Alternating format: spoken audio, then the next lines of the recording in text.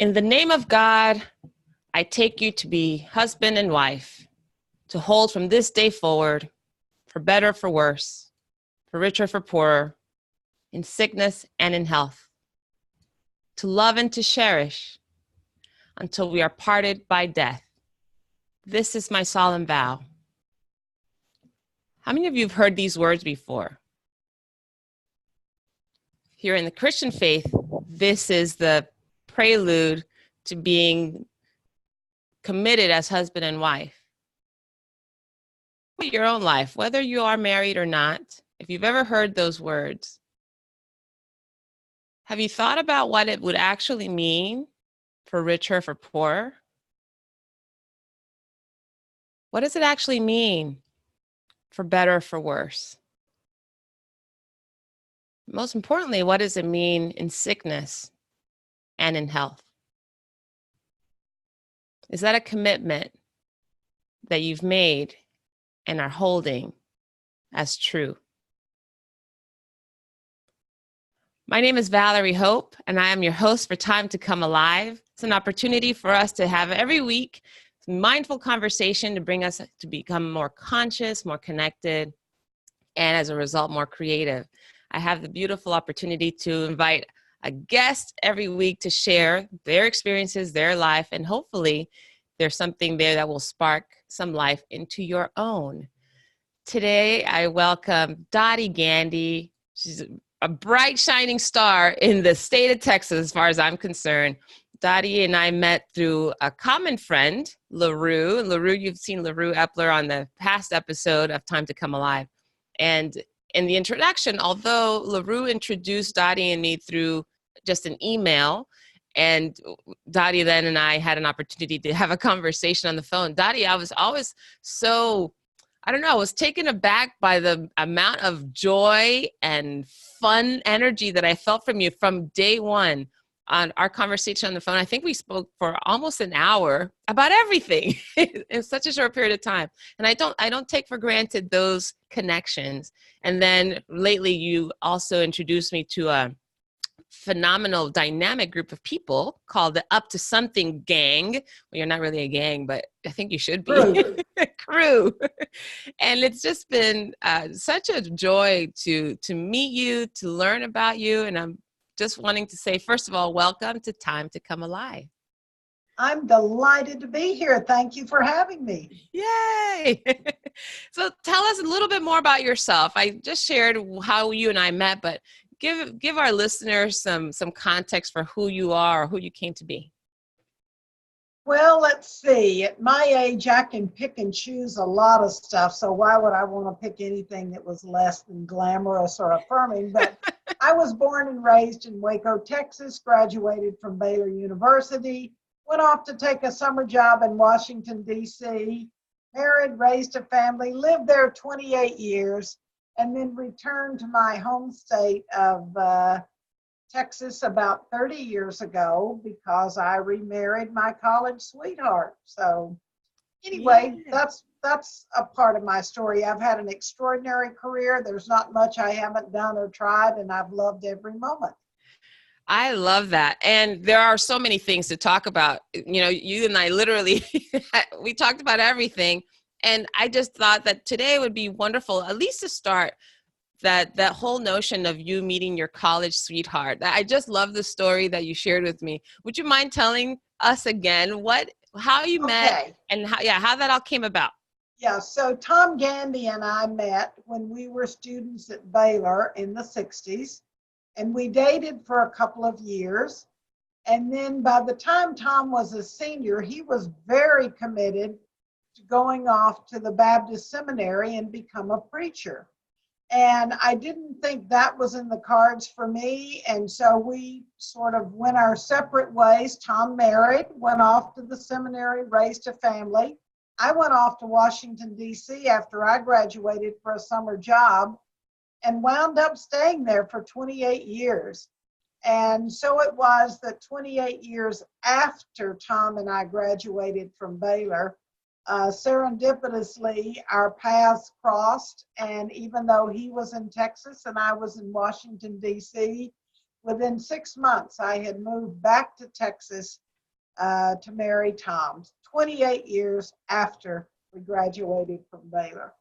Wow. Okay, so 28 years, and you hadn't been in contact with one another that Not entire at time. all. Had no idea where he had been or what he'd been up to, and the same was true for him. Wow. Okay, so take us back to the moment that you reconnected. What was the circumstance, and what was the feeling? Well, it was interesting because I had been divorced for I'd been divorced for several years. And when I decided that I wanted to reconnect again, or maybe have another person in my life as a spouse, I began making a list of what I thought the characteristics should be of a successful relationship. And so I had come up with this thing that said, first, we're going to be good friends. Then we're going to see if our values are shared. And third, only after those two things are in place do I want to consider whether or not there's a romantic connection. So when our paths serendipitously crossed, it wasn't like stars going off right away, but then I remembered, I said, first, we have to have the same values, which I figured out that we did. And secondly, I realized that we could, in fact, be great friends. And it was when those two things connected that all the bells and whistles went off. And I moved back to Texas and married Tom. And that marriage, as I say, began 28 years ago. Wow.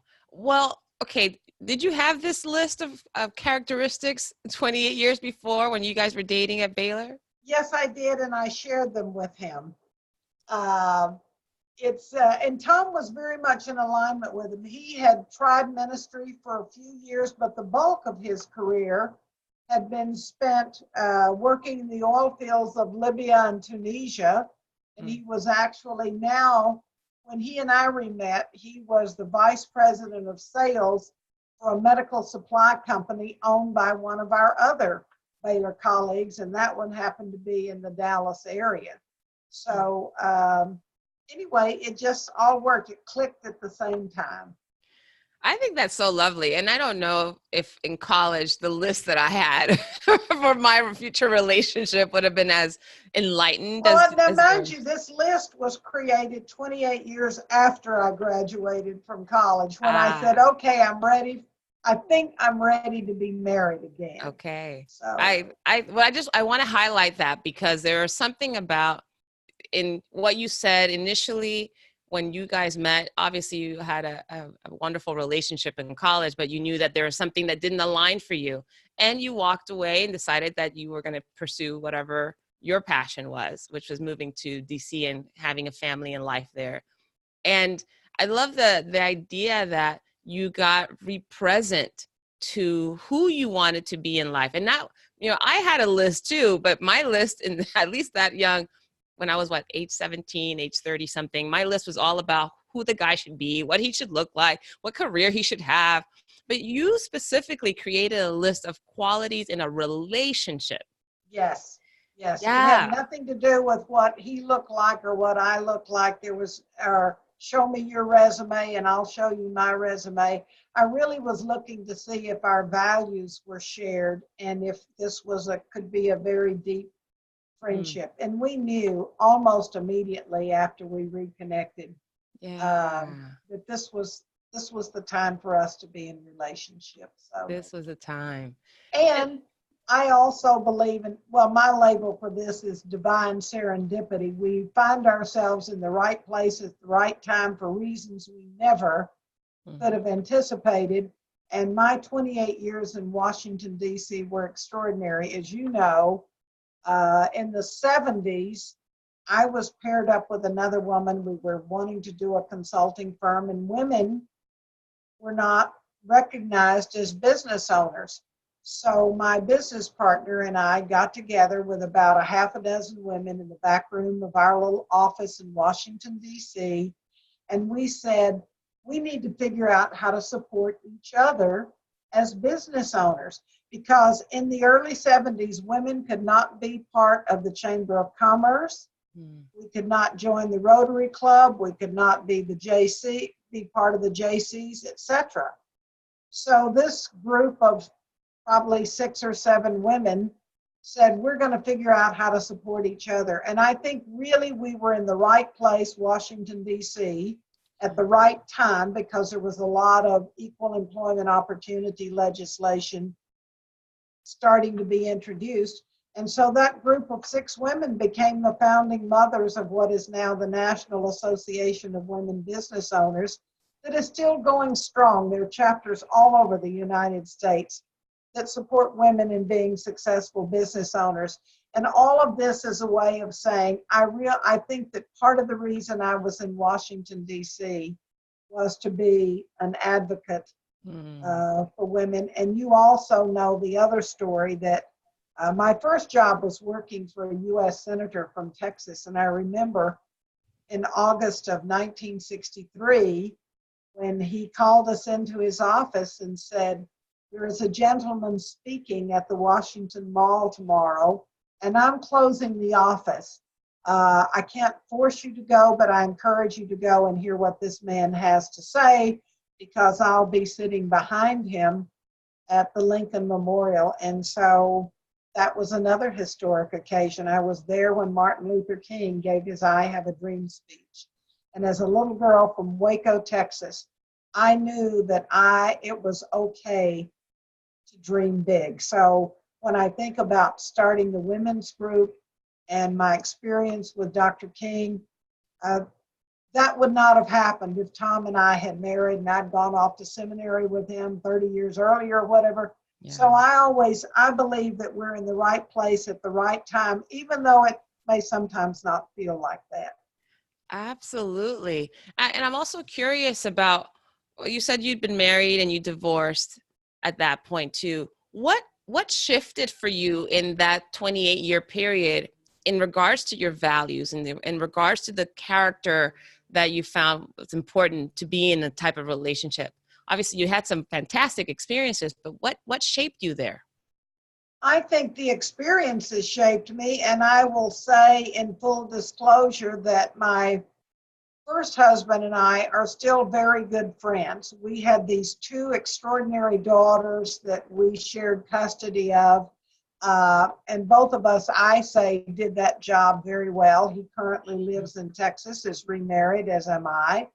And so there was no room for me to want to feel bitter about something. You know, it was like, well, what else could I choose if not bitter? And it took a while to transition that relationship from one of divorced wife to best friend or good friend.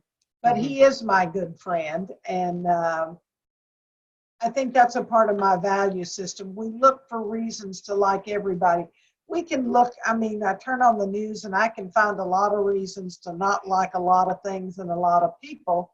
But ultimately, I think it's our choice how we show up in life. And so I got to choose the values that I said worked for me. And you know, too, I had an extraordinary career working almost 17 years with Dr. Stephen Covey's organization. And my gosh, if there was anybody who ever could fill you up with delicious values, it was Covey, writing in the 7 Habits of Highly Effective People. So I think that, Valerie, I've always been in the right place at the right time for the right reason, even though I may not have known what that reason was. The reason found me.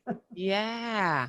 And I so believe that. I think I really connect to a lot of the things that you shared. My ex-husband and I also are good friends to this day. I consider him almost like a brother, which wasn't at the time, obviously, different quality of relationship. But I think what you also point to is that not only did your experiences shape you, that you are really internalizing a lot of those lessons, those exposures that you had did something for how to influence your soul so that you were prepared for whatever the next step was. And I think that's something that I'm learning as I go, is that I can't control and manage everything, but the things that do come, what I can control is how I allow them to shape me and who I decide to be. I learned a long time ago, Valerie, that when I think that I have some say over shaping how life is, I have a feeling that life is just laughing wholeheartedly. There goes Dottie again, thinking she knows where this is going. Yeah. So I guess that the other word there, Valerie, that you and I would share is we've learned to surrender to what's in front of us. Yes. Yes. I'm saying yes, you, me, surrendering. I'm learning to Something we get to surrender. I'm choose to learning. do every Yes, single day. it's a choice. You're absolutely right. And sometimes we surrender, I surrender over and over and over again. And I can kind of see sort of God rolling her eyes or his eyes saying, when is Dottie going to get this? Okay, I'll give her another lesson. Maybe this time she'll get it. So, I'm learning to Yeah. surrender to what's right in front of me. I love that. And you're right. That's really that's the experiment, right? It's the experiment is whatever comes to us, can we surrender to it? So let's come back to your relationship with Tom. So I'm really curious about you now, you've seen each other, you reconnect after 28 years, you determine that, yeah, the best friend is there, the values are there, then the spark is there. So 6 months, whirlwind, you get back together. What happens next? Well, we figure out what life is like. For me, for Tom was happily employed. For me, I thought, okay, now I need to decide what career I want to have in Texas. And I was very fortunate because the year before I moved here to marry Tom was when Covey's 7 Habits book was published.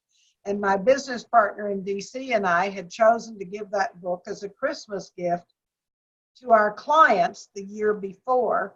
And so in the early days, before that book became so explosive, there used to be an 800 number in the back of the book.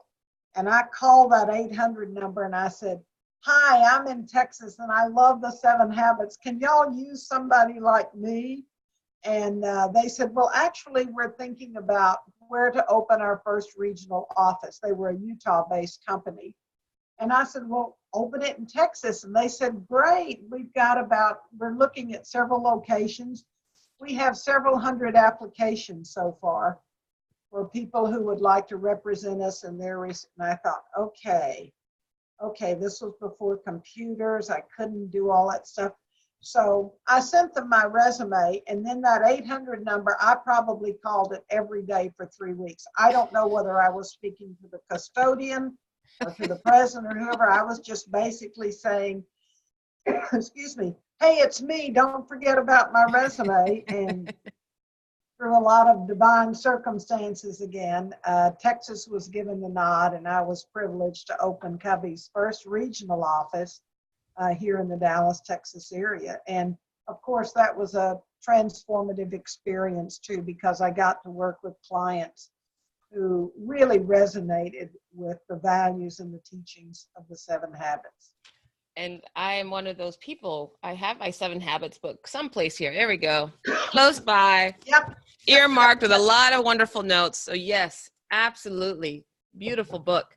I'm curious about, you mentioned the first time around with Tom that he was going to be a Baptist preacher, therefore that was not going to be your life. So when you remarried, was he a preacher, and did you have to become a preacher's wife? No. The preacher thing lasted just, I think, 3 or 4 years. And as I say, he wound up spending the bulk of his career working in the oil fields of Libya and Tunisia, and then had come back here and taken a job as a sales VP for one of our Baylor colleagues whose business was here in Texas. So no, Tom was doing that work when he and I met.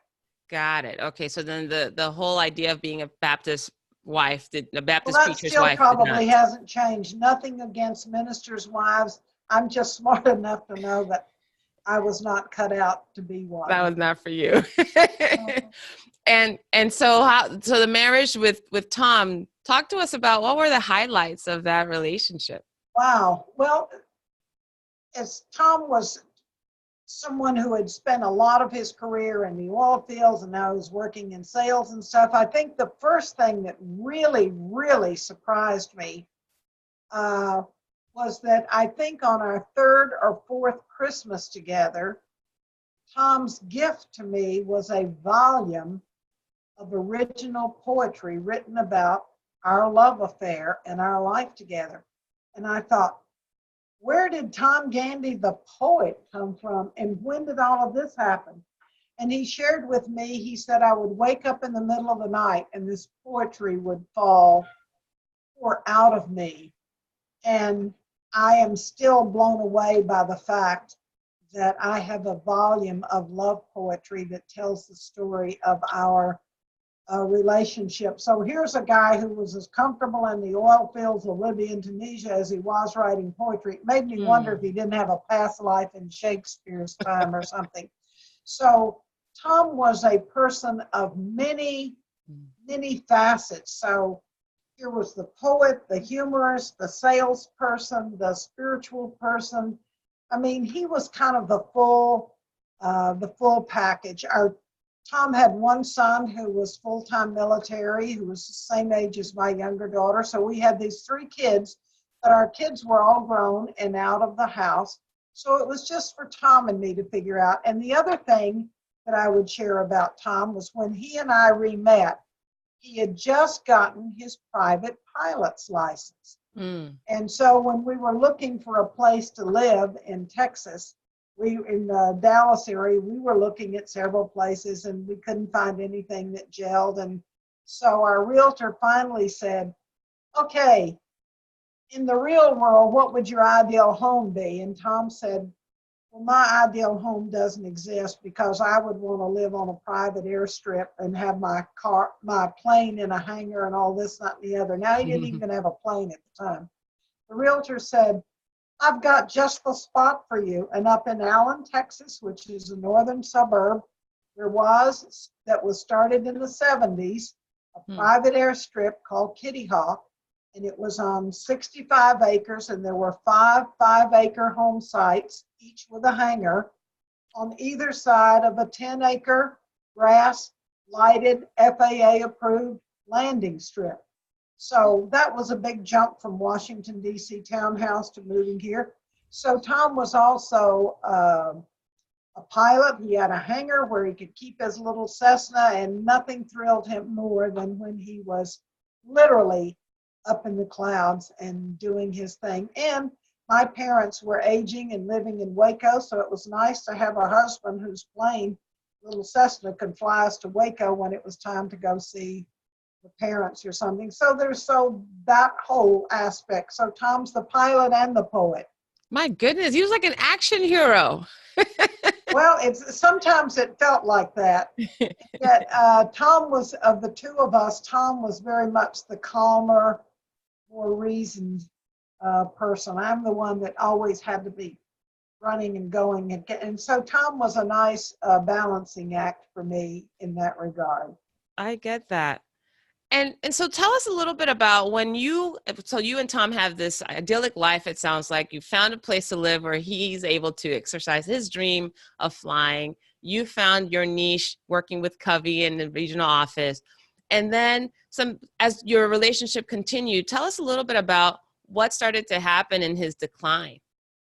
Well, Tom and I had been married probably 22, 23 years when I started to notice that he was becoming forgetful.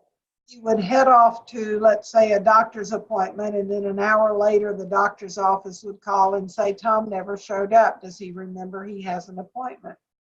And I thought, okay.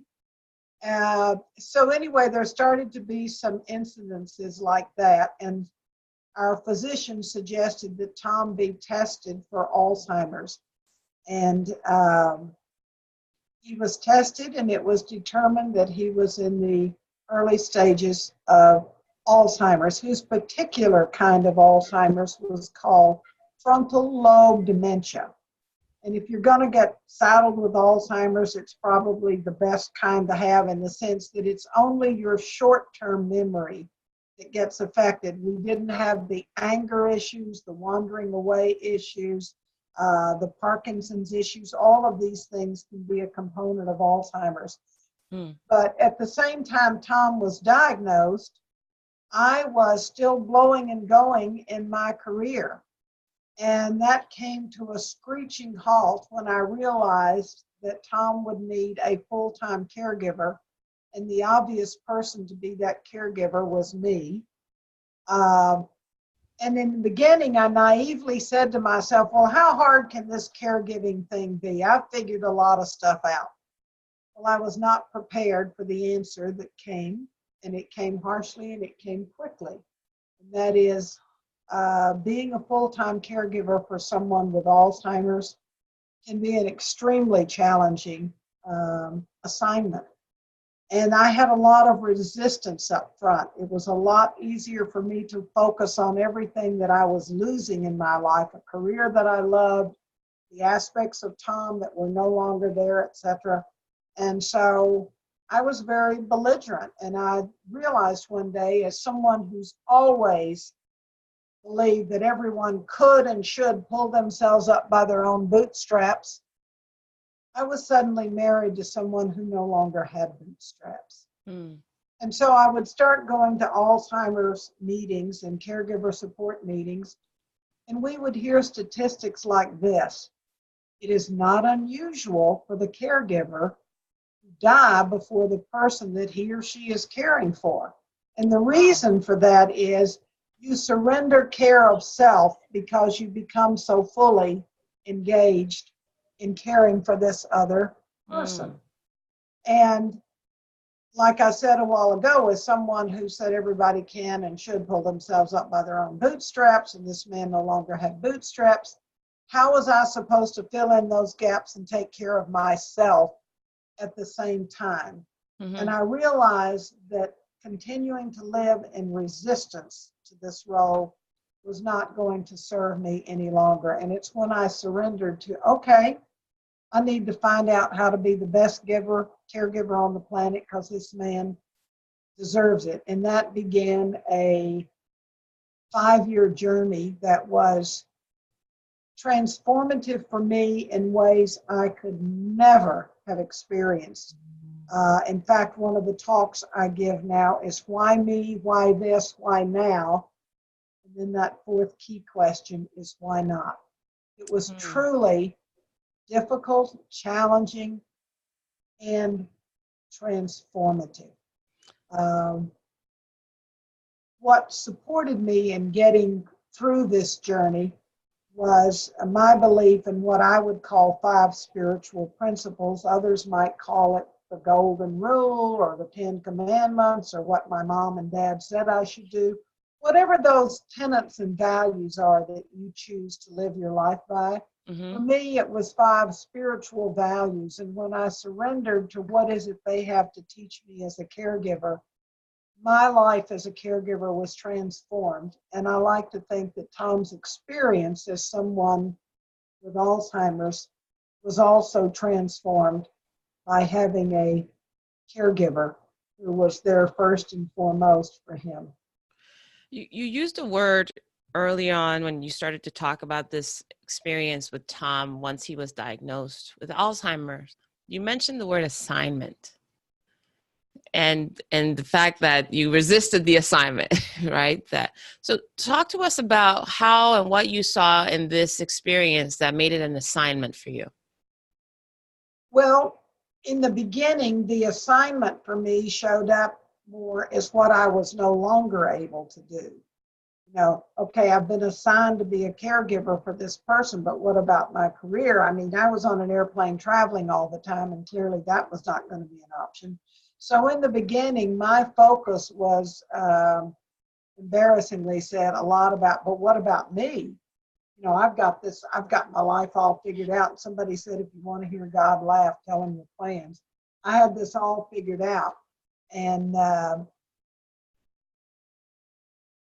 realized when I surrendered and looked at these spiritual principles that I was actually being guided on a chosen path that was absolutely transformative.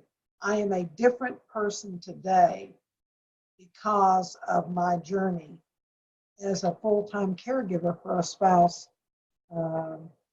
with Alzheimer's. And actually, one of those principles said, God is present in all of us. And it was shocking to me because I thought, well, in that case, that must mean God is as present in Tom as he is in me. And yet sometimes Tom's behavior did not resemble very godlike qualities, and neither did mine. So it's when I realized that God was as present in Tom as he is in me, that transformed our relationship. And I'll give you an example of that. Mm-hmm. This is not uncommon for many with Alzheimer's, but Tom became transfixed by nature.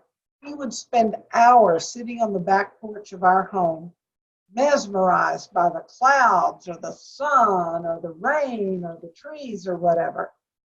And I thought, you know what? He's experiencing life from God's perspective, and I was still engaged in a much more human approach to life. And where this really got triggered was when Tom and I were driving in the car. I might have been taking him somewhere or whatever. And Tom would be gazing out his side of the car window, talking about how beautiful the trees were. Look at the clouds today. And I would be much more caught up in this awful rush hour traffic and why don't these people drive the way I think they should and da-da-da-da. And it was an aha moment when I realized that Tom knew how to experience a lot more of life from God's perspective than I did. And so I think that what I learned was to surrender and embrace maybe a more spiritual perspective. Now, I will share with you a very personal anecdote. I thought, okay, if Tom can be in rush hour traffic and not have it be upsetting, I can too. So I came up with this new mantra.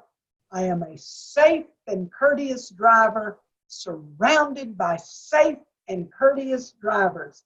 And I can tell you that the first half of that I have mastery in. I became a very safe driver. And for a long time, I was a work in progress on the courtesy thing. But in any event, and I'm sharing this story because it was Tom who was transforming me in my role as a caregiver. And that there's another spiritual principle that talks about with God is present in Tom as he is in me. And I thought, any caregiver for somebody with Alzheimer's will tell you that one of our biggest angst experiences is when your spouse or loved one asks you the same question over and over and over again. It will test even the most patient people.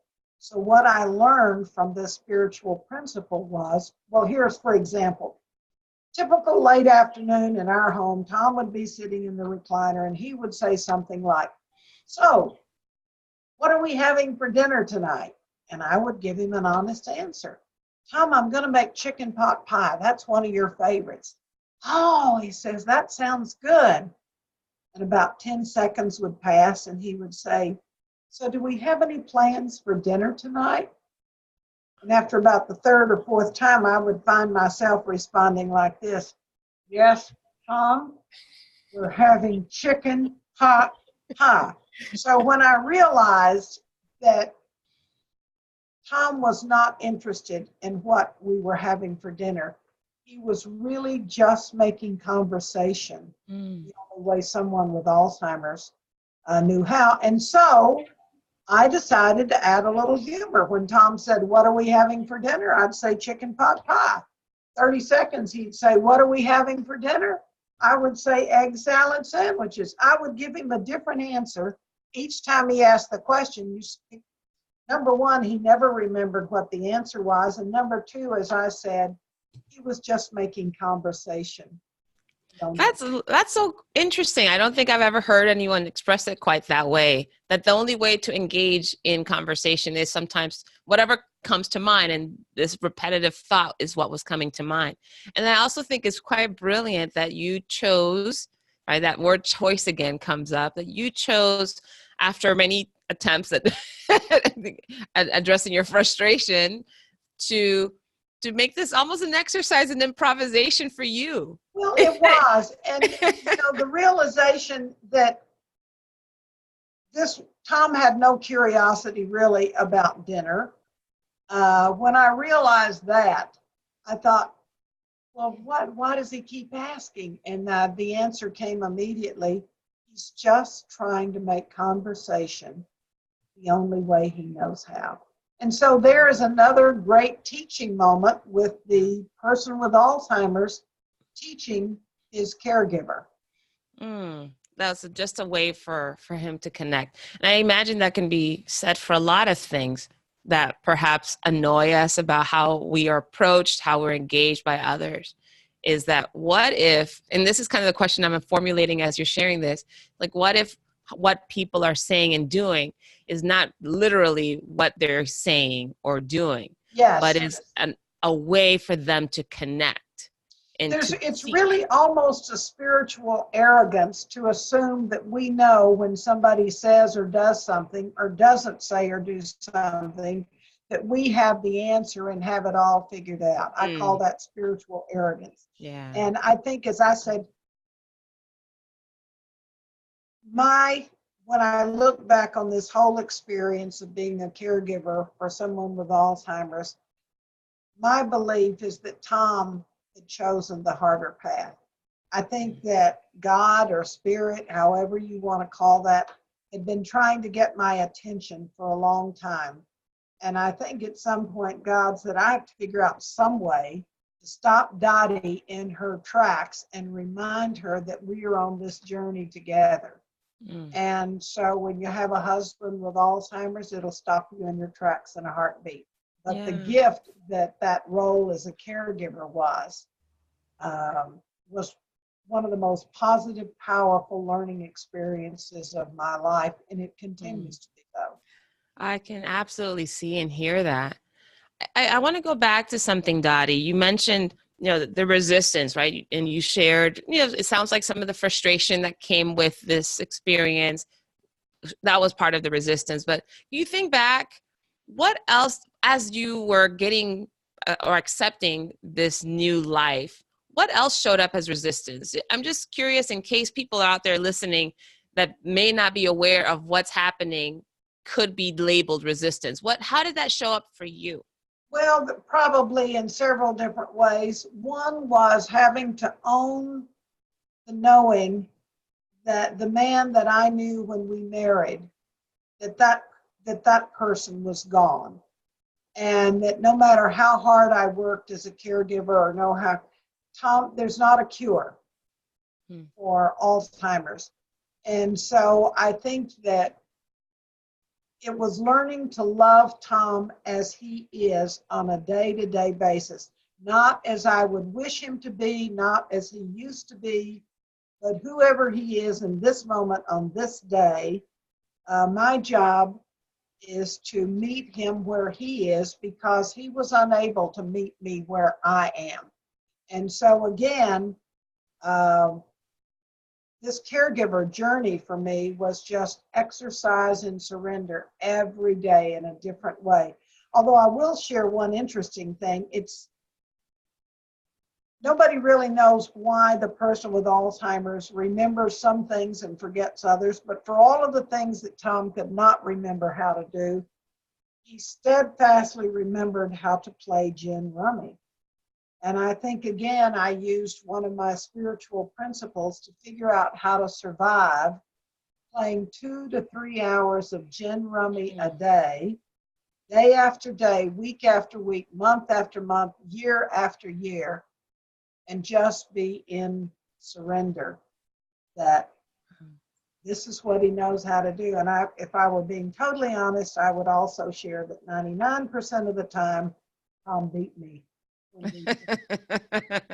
Gin rummy. He was a tough. But there again, where does the ability to remember how to play gin rummy come from? Yeah, I don't know. But it was one thing that we could share and do daily. So probably the single most transformative experience occurred when I was trying to get Tom out of bed one morning, and at this point he was about 3 or 4 or 5 years into having Alzheimer's, he was having some balance issues. And he was very stubborn about not wanting to use a walker or a cane. And so I wanted to make sure I was getting him out of bed safely with no risk of falling. And after we struggled for a few minutes, I said, Tom, let's just lie back here and chill out. I'm going to figure this out. And in about 4 or 5 minutes, Tom tapped me on the shoulder. And Valerie, I will say to you that I swear that there was no hint whatsoever of Alzheimer's in this man's eyes when he looked at me quietly and said, I'm dying. And 6 weeks later, he peacefully transitioned. Mm. There was no evidence that said Tom was going to die. But again, it's like, well, I make this part up, but I believe it. I think that Tom said, my role here as a teacher for Dottie is done. She can take it from here.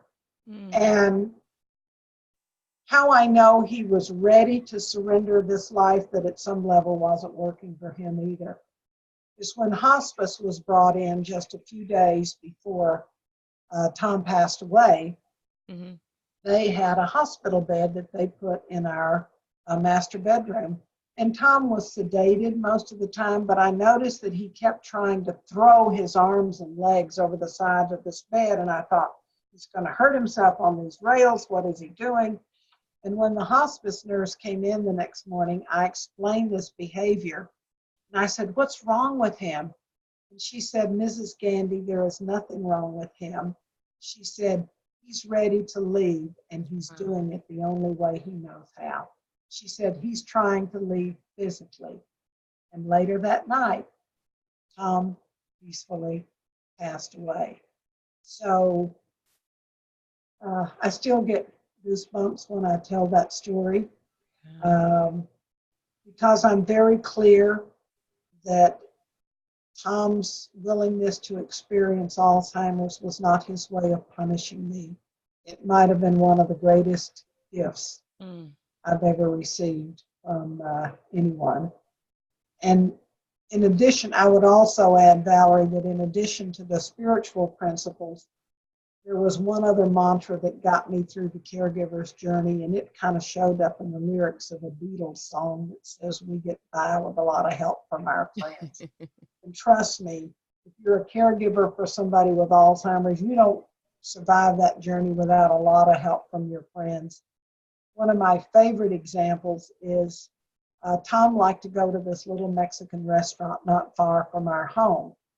But like many people with Alzheimer's, reading a menu was almost an impossible challenge. It was just an overwhelming amount of information that was assaulting his mind. And so this little waiter who took care of us a lot, I told him one day about Tom's challenge with the menu, and he said, I've got this. So every time we went in that restaurant and we would sit down and they would put menus in front of Tom with me, this waiter would run over, grab Tom's menu and say, Tom, you don't need that menu. I'm fixing you my specialty tonight. And he would fix Tom the only dish on the menu that he knew Tom liked. So you don't get by without a lot of help from your friends. And I might add that at Tom's celebration of life service, when I stood up to speak to the crowd, that waiter was sitting on the last row of that church. And I would also add under this thing called you get by with a lot of help from your friends. One of the painful things for a caregiver for somebody with Alzheimer's is you see people, friends, walk quietly out of this person's life. And it is painful to watch, but totally understandable. They don't know how to relate anymore, and Tom would not know how to relate with them. But I have a best friend named Jen Belcher, and she and her husband, John Belcher, never, ever considered walking out of our lives. Every week when Tom had Alzheimer's, they would call and invite us to go to dinner and a movie with him over the weekend. Now, Tom would sleep through the movie because the Alzheimer's brain was not able to follow a plot. But I nonetheless sensed that he thought, I'm doing what You're doing, I'm sorry, say that again. Doing what? I'm doing what normal people Normal do. See, people. I'm just one of the regular folks here. Yeah. And then after the movie, we would all go out to dinner together, and God love Jan, she would carry on a 30-minute conversation with Tom, and I don't know how she pulled that off. And I would have this normal adult conversation with her husband. One of the greatest gifts ever. And so what I would say to this waiter, Ray, and what I would say to my friends, Jan and John, I am indebted to them for the rest of my life. People who insist on stepping up to the plate. So you don't get by without a lot of help from your friends on the caregiver journey. And it goes back to what you shared about the notion that the person that's a caregiver sometimes gives up the care for him or herself, right, in service of this loved one. And it sounds like having these relationships where people were able to give you, if nothing else, just a moment of respite, Yes. a moment of relief, of not having to have the responsibility on your shoulders solely to entertain, to care for, to feed, to clothe, to move. And it takes a strong willingness on their part to do that. And they did. Yeah. And like I say, I would not have gotten through this journey. And when people say, why, Tom died 2 years ago, why do you want to continue talking about this? And I said, well, if you go to the Alzheimer's website, they have a couple of interesting statistics there. One of which, and to me, this is startling, every 66 seconds, somebody in the United States is diagnosed with Alzheimer's. And as of today, when you and I are speaking, there is no cure. So the baby boomers, who were the largest percentage of population, now that they're retiring and retirement age, sure, we're going to see a much larger percentage of people doing a lot of things that older people do. But that's also the caregivers thing too. When you think that every 66 seconds somebody is diagnosed with Alzheimer's, and that's just in the US. The other stat that is riveting for me is that if you are 50 or older today, 80% of us will either be a caregiver or need a caregiver before we die. Wow. Now that's just an alarming statistic. So when people say, why do you want to keep talking about this? This is why I value conversations, Valerie, with people like you, because this is not just about caregivers and Alzheimer's. It's about how you choose to live your life in a transformed way. And we have a lot of opportunities to do that. I know from what you've shared of your own story with us one-on-one, you've gone through a ton of transformations in your own life. And each one of them has gotten us to where we are today. And I love what you said, that the choosing to live life in a transformed way. And this, this story that you share, although it's very specific to you and your relationship with Tom and his Alzheimer's diagnosis, is also as much about caring for oneself in life. And it sounds like throughout your life that you've been so mindful, and increasingly so, about what you are here to do, who you are here to serve, how you can continue to live peacefully. And there's just such a high level, as you shared these examples of what you did to overcome the resistance and to chip away at that sense of control and planning, that your level of being present in the moment expanded. Like every choice that you made, it seemed that there was this presence of mind about what you needed to do in that moment. Yes, and there, you know what, Valerie, there's an arrogance in saying, I don't need anybody's help. I'll figure this out on my own. I've been there and done that. And I think, like I say, I would not have survived this caregiver's journey well, I've shared with you, whether it was Dr. Martin Luther King or whether it was a gazillion other people, People are dying to help us succeed, and we need to pay attention when these life lessons come. And instead of resisting them, if we surrender to them and say, didn't see that coming, I wonder what there is for me to learn here, then I think it transforms whatever that experience is, whether it's good news or bad news, whether it's sad news or whatever. I think, and for me, I take great comfort in knowing that I am not on this journey alone. I have a spiritual partner, and I know that. And that's my story, and I'm sticking to it. And I think you've also, for me, inspired me. I need to reach out. There's a friend of mine whose mother has dementia, and she's been responsible for caring for her mother. And I've really kind of leaned away from the relationship because there was so much energy and time spent. It was sometimes hard for us to manage to arrange something, and I didn't always understand some of the struggle around it. And then also, I think, in her own way, she was trying to manage everything as best she could on her own. But I think what you're reminding me is that not only do individuals that are caregivers need support, but they also don't need to be abandoned, right? There's an opportunity for us to show up, if nothing else, just to be present in whatever small way we can be. You know what? That is such an important thing that you just shared. And for example, my best friend Jan Belcher, something else that I could do, which every caregiver has these moments, sometimes daily, sometimes more than once daily, where you just want to shout and scream and say, I can't do this anymore. And if you have a best friend who will just be there and receive that anger, that vindictiveness, that whatever it is, and then as soon as you leave the room, she tosses that away. But it was like she held the space for me to be who I was in that moment, because on this journey, I was not always the world's best example and a shero. I needed a lot of help from my friends, and I think one of the best gifts a friend can give you is just to say, is to be their committed listener, Valerie. And it doesn't matter where they are on the journey, if they're happy or angry or upset or worried or ecstatic, wherever they are on the journey, to have a friend who will just hold the space for them to share that, it's an extraordinary gift. And I suspect your friend would welcome that gift with open arms. Absolutely.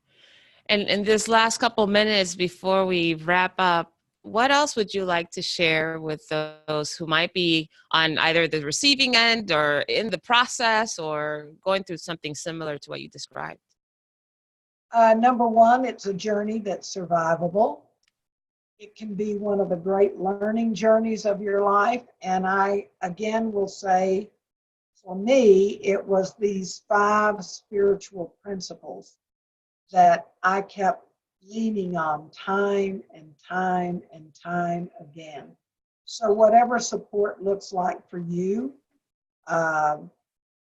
embrace it, take it, and just remember that my belief is we're all on this journey for a reason. Oh, absolutely. Dottie, always such a pleasure. And, we could talk about so many other things. Your wealth of life experience is always so, it's humbling to see how much not only have you done, but also how much you've done, but also how far you've come in the process and how much you're willing to share. If you live as long as I have, I'll be 80 in June. You better have some important life experiences. You better have learned something by now. Absolutely. You mentioned that you obviously speak about this topic quite a bit. If someone here is interested in more information of how to connect with you or perhaps get information about topics you speak about or where they can listen to you next, where would they find this out? They can find me by going to my email, which is dottiegandy@gmail.com. I had a website for a long time, and when Tom was diagnosed and my role changed, I shut down the website. And I've not chosen to put it back up again. So, but I do refer to myself these days as a transformative speaker. I want to transform how people think. So send me an email. I'll send you some video clips. I'll send you as much information as you would like and would be honored to do so. Oh, absolutely. I'll be sure to put that in the show notes. That way you don't, if those of you who missed the email address, you'll be able to find that in the notes, Thank as you. well as any additional information, perhaps some of the websites that were helpful for you as a caregiver, Dottie, any resources that you think would be supportive. And I run a caregiver support group at my church now too. That's one of my ways of giving back. Oh, what church do you go to? Unity of Dallas. Excellent. And for about the last 8 months, we started this program. It's one of my ways of giving back to the people who supported me so well. Fantastic. Well, there you have it. So those of you who are interested in connecting with Dottie personally, which who wouldn't be? It's just such a joy to have you, Dottie's. Pleasure to have this conversation. I'll be sure to include your contact information and then additional resources of the things that Dottie shared with us. So that way you all can get not only I'm the honored and support it's you need, been but a information. pleasure, and I'm so happy that we're friends. I am too. I so appreciate you. Thank you very much. For those of you tuning in, next week on February 11th, we have another special guest, Darlene Paris Young, who will be sharing with us her near-death experience. It's a topic that I'm always so fascinated by, but how she's come to deal with and live with trauma in her life and come out the other side to tell about it. So tune in for Time to Come Alive on February 11th. Dottie, once again, thank you so much for joining us today. And everybody who's been listening, have a wonderful rest of the day. Thank you.